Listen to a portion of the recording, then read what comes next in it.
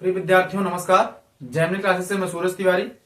आज हम लोग पढ़ेंगे कक्षा 12 भौतिकी विज्ञान का पहला पाठ वैद्युत आवेश तथा वैद्युत क्षेत्र। इसके अंतर्गत हम लोग उन्हीं टॉपिक का अध्ययन करेंगे जो बोर्ड परीक्षा की दृष्टि से अत्यंत महत्वपूर्ण है।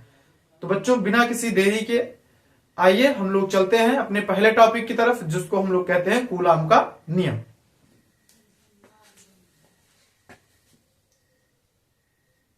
कूलाम का नियम। तो देखते हैं बच्चों कूलाम का नियम क्या कहता है। कूलाम का नियम कहता है किन्हीं दो स्थिर बिंदु आवेशों के बीच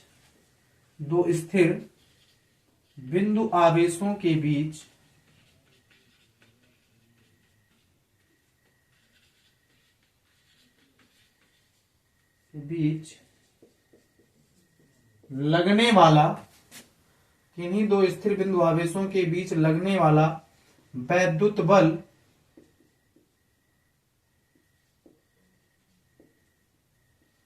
आवेशों के गुणनफल के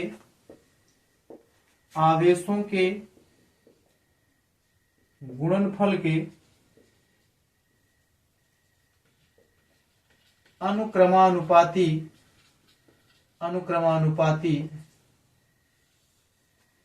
तथा उनके बीच की दूरी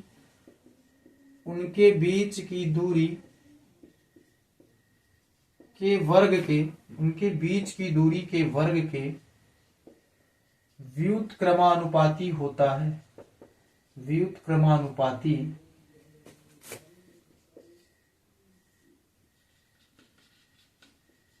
है। बच्चों कूलाम क्या कह रहे हैं? कूलाम कह रहे हैं किन्हीं दो स्थिर बिंदु आवेशों के बीच लगने वाला वैद्युत बल, चाहे वो आकर्षण का हो या प्रतिकर्षण का हो, आवेशों के गुणनफल के अनुक्रमानुपाती तथा उनके बीच की दूरी के वर्ग के व्युत्क्रमानुपाती होता है। मान लीजिए हमारे पास दो बिंदु आवेश हैं एक दूसरे से r दूरी पर। पहले आवेश का नाम है Q1, दूसरे का नाम है Q2। दोनों धनावेश है। तो कूलाम के नियम के अनुसार कूलाम ने क्या कहा? कूलाम ने कहा कि इनके बीच लगने वाला वैद्युत बल Q1 और Q2 के गुणनफल के अनुक्रमानुपाती है। दूसरी बात इन्होंने क्या कही? इन्होंने कहा Q1 और Q2 के बीच लगने वाला जो बल है वो इन आवेशों के बीच की दूरी के वर्ग के व्युत्क्रमानुपाती है, यानी 1/r² है। दोनों में F यही है। हम लोग इसको एक साथ लिखेंगे, समीकरण 1 व 2 से। तो क्या मिलेगा बच्चों? हमको मिलेगा F is proportional to Q1 Q2 बटे r²। या अनुक्रमानुपाती का चिन्ह हटाएंगे तो F बराबर 1/4 पाई एप्सिलॉन नॉट के Q1 Q2 बटे r² हो जाएगा। जहां पर 1/4 पाई एप्सिलॉन नॉट की वैल्यू क्या होती है? तो बच्चों ये होती है 9 × 10⁹ और के बराबर होता है, अगर ले के बराबर होता है 1। के बराबर होता है 1 कब के लिए? जब माध्यम वायु या निर्वात हो। तो ऐसी स्थिति में के यहां से हट जाएगा और हम लोग कहेंगे F बराबर 1/4 pi epsilon not Q1 Q2 बटे r²। यही फाइनलाइज हमारा क्या होता है? कूलाम के नियम का सूत्र होता है। आइए आगे इसमें देखते हैं कि इसका मात्रक। तो बच्चों इसका मात्रक न्यूटन होता है। तो इस प्रकार से बच्चों हमारा कूलाम का नियम और उसका डेरिवेशन पूरा हो जाता है। चलिए बढ़ते हैं अगले टॉपिक की तरफ। बच्चों हमारा इस पाठ का जो दूसरा सबसे महत्वपूर्ण निगमन है वह है बिंदु आवेश के कारण उत्पन्न वैद्युत क्षेत्र की तीव्रता। दूसरा जो सबसे महत्वपूर्ण निगमन है वो क्या है? बिंदु आवेश के कारण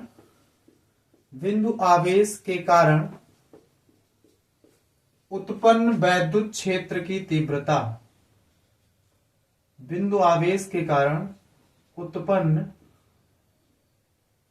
वैद्युत क्षेत्र की तीव्रता,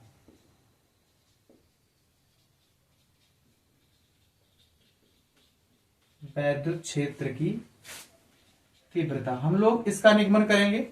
इसमें देखिए, इसमें क्या होता है कि हमारे पास एक आवेश है प्लस क्यू, इससे आर दूरी पर हम लोग क्या लाते हैं, एक धन परीक्षण आवेश क्यू नॉट ले आते हैं।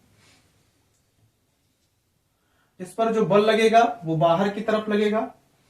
ठीक है, चलिए, तो क्या है, इस प्लस क्यू के कारण इस धन परीक्षण आवेश क्यू नॉट पर जो बल लग रहा है वेक्टर एफ, वो बाहर की तरफ लग रहा है। हम लोग जानते क्या है, तो कूलाम के नियम से अभी हमने पढ़ा कि एफ बराबर होगा 1/4 पाई एप्सिलॉन नॉट के क्यू इंटू क्यू नॉट बटे आर स्क्वायर। एफ बराबर क्या हो जाएगा, 1/4 pi epsilon naught Q into Q not बटे आर स्क्वायर हो जाएगा। यहां पर हम लोग अगर के बराबर 1 रख लें, के बराबर 1 यानी माध्यम क्या है, वायु या निर्वात, माध्यम क्या है, वायु या निर्वात ले लें, तो हमारे पास इस एफ की वैल्यू क्या हो जाएगी, 1/4 pi epsilon naught Q not बटे आर स्क्वायर। परंतु वैद्युत क्षेत्र की जो परिभाषा है, परंतु वैद्युत क्षेत्र की परिभाषा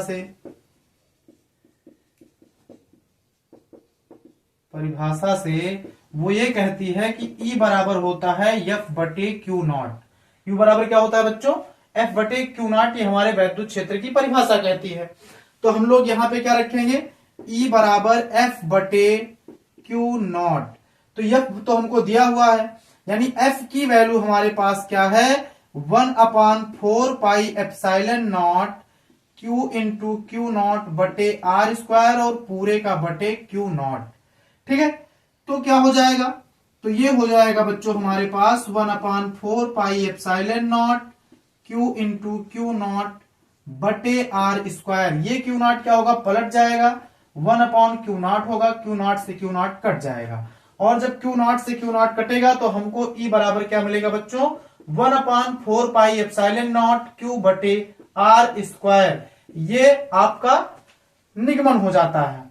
इसके बाद अगर इसका हम लोग वेक्टर स्वरूप लिखना चाहें तो हम लोग कहेंगे सदिश स्वरूप में, ई बराबर 1/4 pi epsilon naught Q upon R square R cap. ये इसका सदिश स्वरूप है बच्चों। कैसा स्वरूप है, सदिश स्वरूप। कौन सा स्वरूप है ये, सदिश स्वरूप। आशा करते हैं आपको यह समझ में आया होगा। बिंदु आवेश के कारण उत्पन्न वैद्युत क्षेत्र की तीव्रता, ये हमारे पास हो जाता है हमारा फिगर। हम लोग क्या जानते हैं कि प्लस क्यू के कारण क्यू नॉट पर लगने वाला जो बल है वो क्या होगा, कूलाम के नियम से, तो वो होगा एफ बराबर 1/4 पाई एप्सिलॉन नॉट के क्यू इंटू क्यू नॉट बटे आर स्क्वायर। के बराबर 1 ले लेते हैं तो हमको क्या मिलता है, एफ बराबर 1/4 pi epsilon naught Q into Q not बटे आर स्क्वायर। परंतु वैद्युत क्षेत्र की जो परिभाषा कहती है वो ये कहती है कि ई बराबर एफ बटे क्यू नॉट होता है। हमने क्या किया, यहाँ पे ई बराबर एफ बटे क्यू नॉट लिखा और एफ की वैल्यू लगा ली, और एफ की वैल्यू हमारे पास क्या थी, 1/4 पाई एप्सिलॉन नॉट क्यू बटे क्यू नॉट बटे आर स्क्वायर, और बटे पूरे का बटे क्या हो गया, क्यू नॉट। अब इस क्यू नॉट को हम लोग जो है क्यू नॉट बटे 1 भी लिख सकते हैं। यहां पे देख लीजिए किनारे, ये क्यू नॉट को हम लोग क्यू नॉट बटे 1 भी लिख सकते थे, ये पलट जाएगा, और जब पलटेगा तो 1/क्यू नॉट होगा, क्यू नॉट से क्यू नॉट कट जाएगा, बचा क्या हमारे पास, तो हमारे पास बचा ई बराबर 1/4 पाई एप्सिलॉन नॉट क्यू बटे आर स्क्वायर। और अगर इसका सदिश स्वरूप लिखना चाहें तो हमारे पास क्या हो जाएगा, वेक्टर ई बराबर 1/4 पाई एप्सिलॉन नॉट क्यू बटे आर स्क्वायर आर कैप। इस प्रकार से हमारा बिंदु आवेश के कारण वैद्युत क्षेत्र की तीव्रता का जो डेरिवेशन था वो समाप्त हो गया है। आशा करते हैं आप लोग इस निगमन को समझ पाए होंगे। अगर आपको यह निगमन समझ में आया हो, पसंद आया हो, तो आप वीडियो को लाइक कर सकते हैं, चैनल को सब्सक्राइब कीजिए तथा अपने मित्रों को भी शेयर कीजिए, जिससे वो लोग भी इससे लाभान्वित हो सकें। आपकी सेवा में जेमिनी क्लासेस तत्पर है। यदि आपके पास कोई डाउट है किसी भी प्रकार का तो आप कमेंट बॉक्स में बता सकते हैं। जो भी टॉपिक आपको ना आ रहा हो आप लोग बताइए, हम लोग जो है उसको सरलतम शब्दों में व्याख्या के साथ यहाँ पर डेरिवेशन करके आपको समझाएंगे। अगर आपके पास कोई सवाल है जो आप नहीं लगा पा रहे हैं तो उसके लिए आप हमको जो है जेमिनी क्लासेस 2022@gmail.com पर मेल भी कर सकते हैं हम लोग। आपके लिए वो सवाल हल करके दूसरे दिन वीडियो में आपको मिल जाएगा। ठीक है, आइए बढ़ते हैं अगले डेरिवेशन की तरफ। चलिए बच्चों, अब हम लोग चलते हैं बोर्ड परीक्षा के सबसे महत्वपूर्ण क्वेश्चन पे, जो इस पाठ में सबसे ज्यादा बार आपकी बोर्ड परीक्षा में पूछा गया है। तो हाँ, हम लोग बात कर रहे हैं वैद्युत द्विध्रुव के कारण उसकी अक्षीय स्थिति में उत्पन्न वैद्युत क्षेत्र की तीव्रता के बारे में। आइए देखते हैं किस तरह से हम लोग उसको हल करेंगे। मैं ये गारंटी ले सकता हूं कि अगर आपने इसको पूरा देखा तो आप कभी भी अक्षीय स्थिति में वैद्युत क्षेत्र की तीव्रता को भूल ही नहीं पाएंगे। चलिए देखते हैं। वैद्युत द्विध्रुव के कारण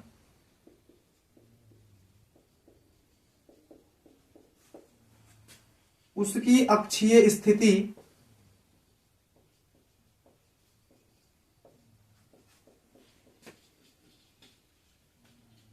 में वैद्युत क्षेत्र की तीव्रता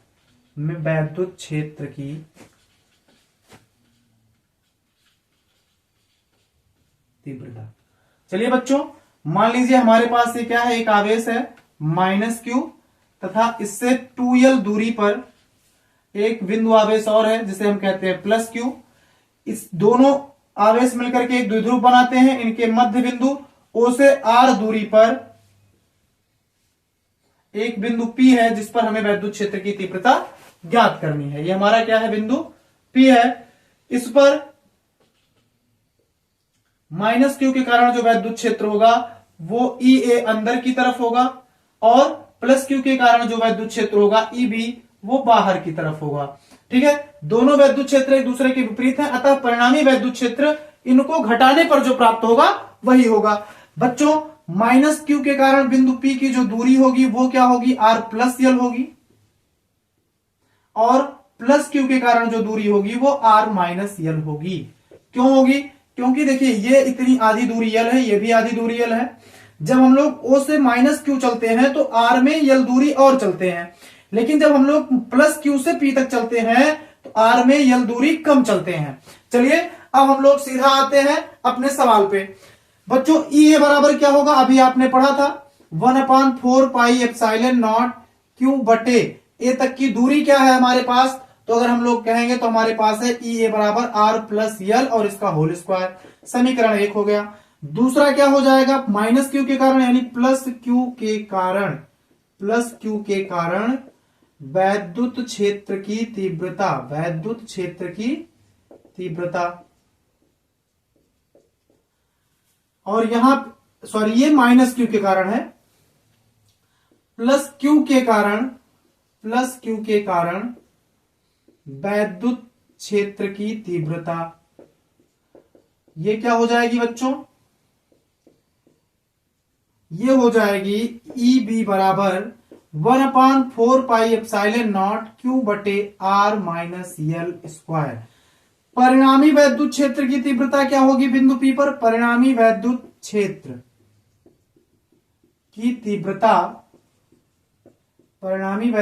की तीव्रता क्या हो जाएगी बच्चों, E हो जाएगी, और E बराबर क्या होगा, तो होगा EB -EA।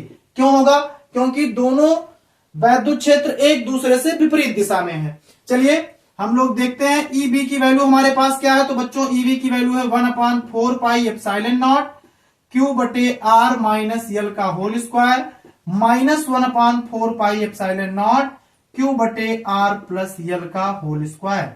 अब हमारे पास जो चीजें कॉमन है इसमें से हम उसको बाहर कर लेंगे।